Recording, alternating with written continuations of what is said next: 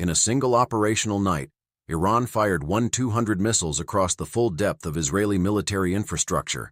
50 IDF bases, not damaged, not degraded, erased, ceased to exist as functional military installations before dawn, and 300,000 Israeli troops deployed across multiple active fronts woke up this morning in a condition that every military commander throughout history has recognized as the precursor to catastrophic defeat, stranded without ammunition, without fuel, without the logistical foundation that separates a fighting force from an armed crowd.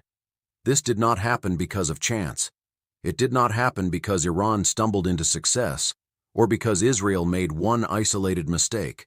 It happened because Tehran executed a long-prepared strategic campaign with a level of planning, intelligence preparation, and operational coordination that Western analysts repeatedly underestimated and Israeli leadership repeatedly dismissed as impossible. Both assumptions collapsed last night, and the consequences are now visible in the clearest possible form. 50 bases reduced to rubble, 200 missile strikes recorded across the entire country, and hundreds of thousands of soldiers now facing the terrifying reality of supply systems that no longer function. What happened last night was not the end of this conflict. It was the moment the trajectory of the conflict became visible to anyone willing to examine the battlefield honestly. The IDF has not surrendered, but a military force without ammunition, without fuel, and without logistical continuity is not a force positioned for victory. It is a force waiting to discover how quickly operational collapse unfolds. In today's analysis, we will examine the questions shaping the strategic significance of this moment. How was Iran able to coordinate a 200 missile strike across 50 separate military installations simultaneously? What does the precision of those impacts reveal about the intelligence architecture built before the attack? What does it actually mean for 300,000 troops to be stranded without resupply? How rapidly does combat capability deteriorate under those conditions? How has Washington responded to the destruction of military infrastructure it spent decades supporting? And perhaps most importantly, when the logistical backbone of an army collapses, who truly holds the initiative moving forward?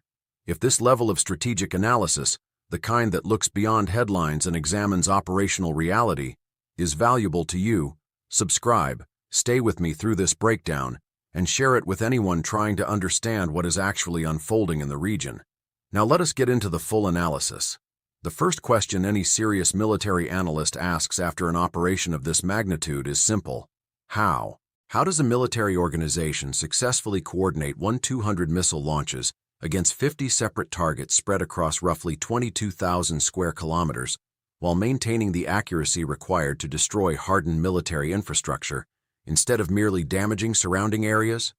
The answer begins long before the missiles launched. It begins with intelligence preparation. Every military base presents a highly specific targeting challenge.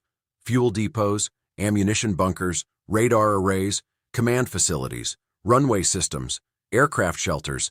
None of these are placed randomly.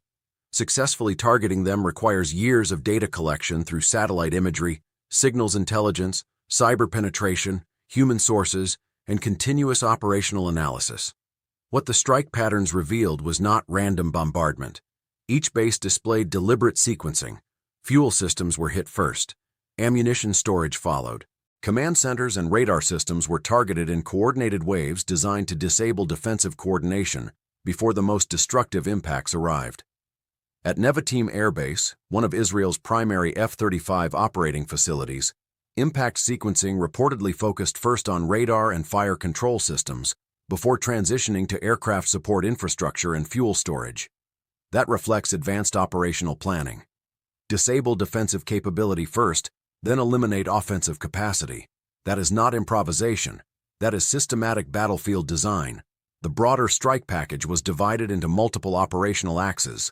Northern air bases, logistics centers, southern installations, radar networks, and reserve targets were all engaged simultaneously. This multi-directional pressure prevented Israeli defense systems from concentrating interception capability against any single incoming wave. The result was overwhelming saturation. Iron Dome systems, optimized primarily for shorter-range threats, struggled to address the flight profiles involved. Higher-tier systems such as Arrow and Patriot batteries faced target densities beyond the engagement parameters they were designed to manage simultaneously. By dawn, the damage picture emerging from reconnaissance imagery was extraordinary.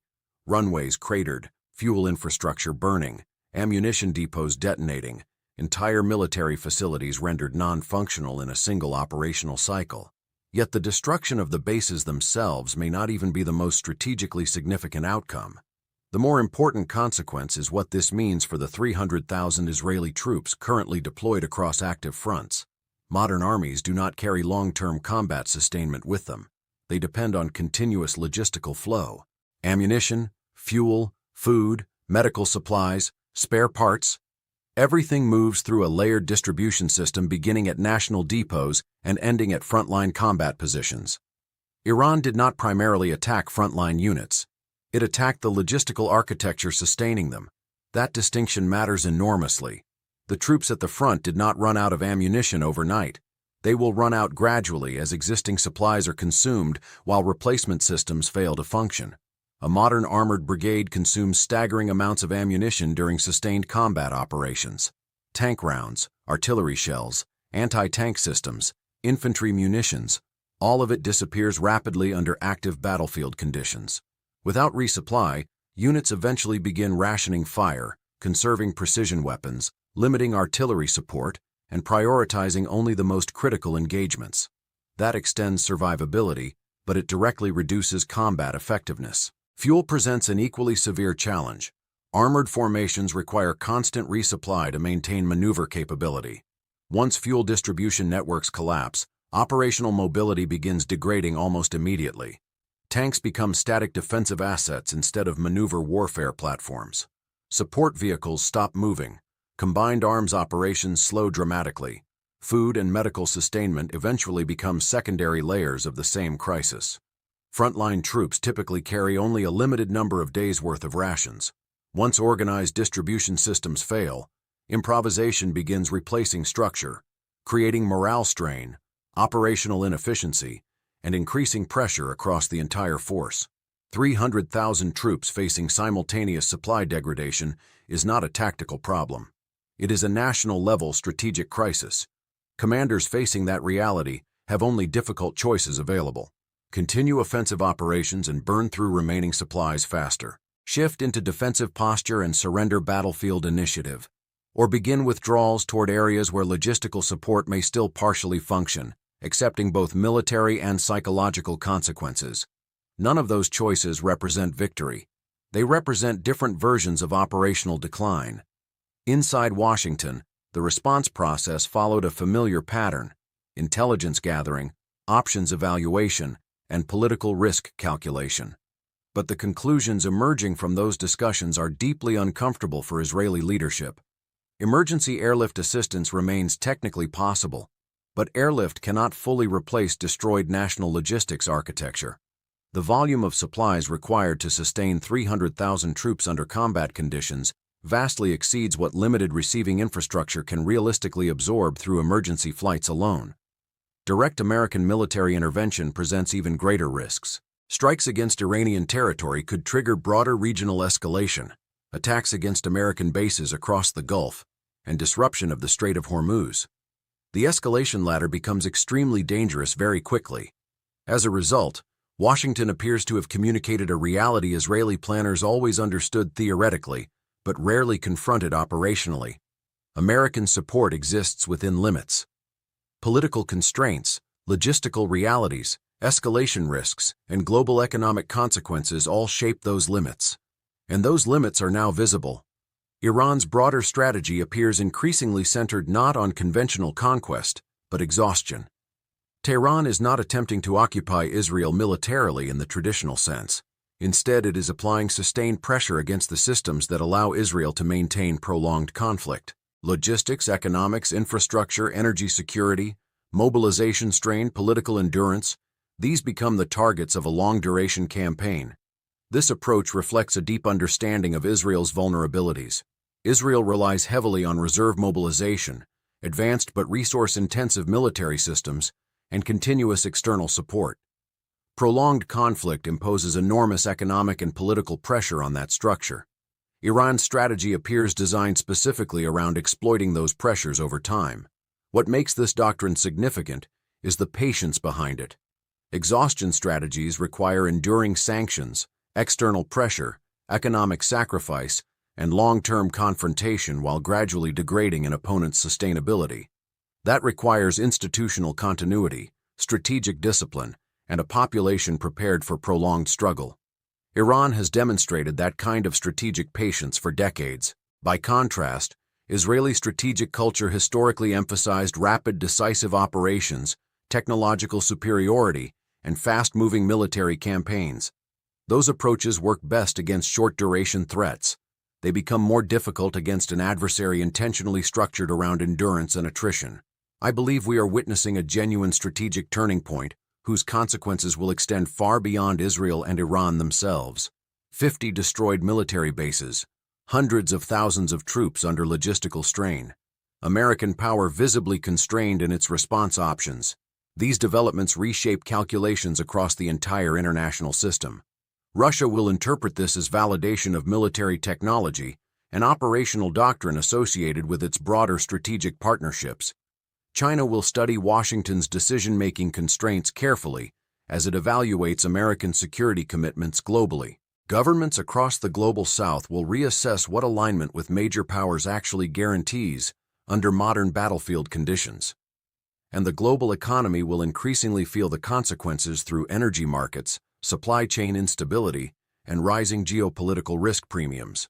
The world built around assumptions of uncontested American strategic dominance is being tested publicly in ways that cannot easily be ignored anymore. In 30 years of military analysis, I have learned that the most important moments are not always the largest battles. They are the moments when reality diverges so sharply from prevailing assumptions that the assumptions themselves collapse first. Last night was one of those moments. 200 missiles, 50 bases destroyed, 300,000 troops facing logistical crisis, a Pentagon without immediate answers. These are not isolated developments inside an unchanged strategic order. They are indicators that the strategic environment itself is shifting. The future remains unwritten. Israel retains substantial military capability.